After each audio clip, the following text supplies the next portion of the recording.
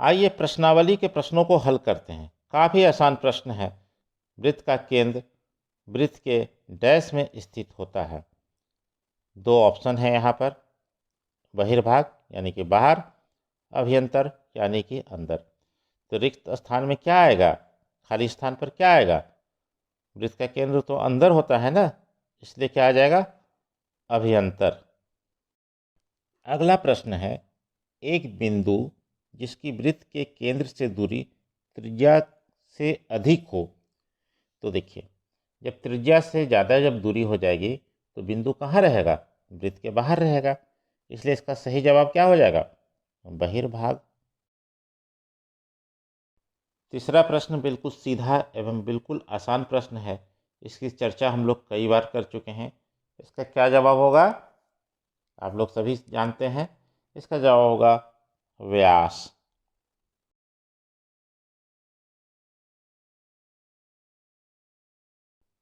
इस प्रश्न को थोड़ा ध्यान से समझिएगा।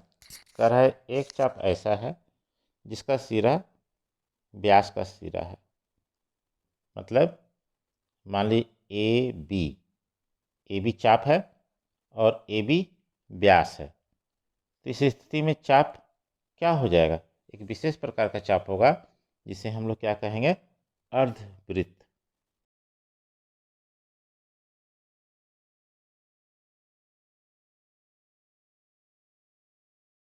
इस प्रश्न को देखिए, वृत्तखंड एक चाप तथा जीवा के बीच का भाग होता है।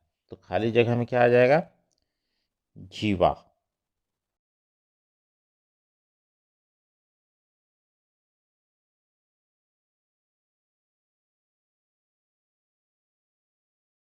यह प्रश्न भी काफ़ी आसान है।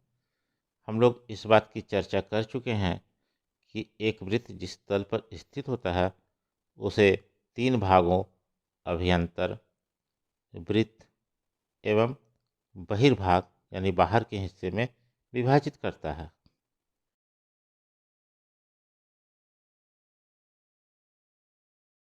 प्रश्न संख्या 2, यहाँ पर कारण देते हुए सत्य या असत्य जो भी है उसे लिखना है। पहला प्रश्न, केंद्र को वृत्त पर किसी बिंदु से मिलाने वाला रेखाखंड वृत्त की त्रिज्या होती है। देखिए, हम जानते हैं कि केंद्र से वृत्त की दूरी निश्चित होती है और इसी निश्चित दूरी को हम लोग त्रिज्या कहते हैं। अतः यह कथन सत्य है।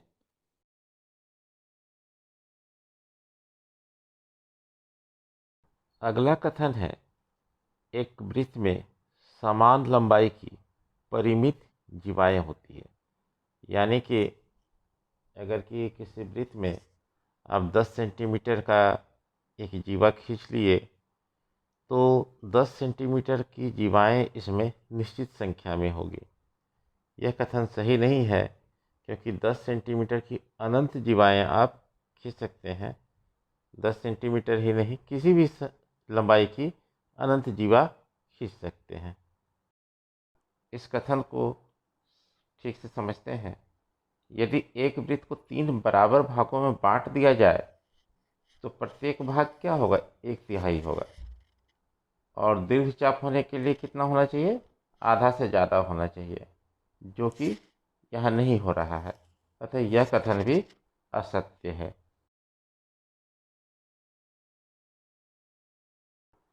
इस कथन में वृत्त की एक जीवा है जिसकी लंबाई त्रिज्या की दुगनी है। मतलब कि इसकी लंबाई क्या है, व्यास के बराबर है।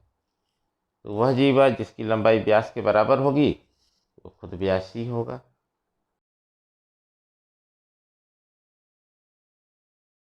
जैसा कि हम लोग जानते हैं, जीवा एवं संगत चाप के बीच का क्षेत्र वृत्तखंड होता है, त्रिज्यखंड नहीं होता है।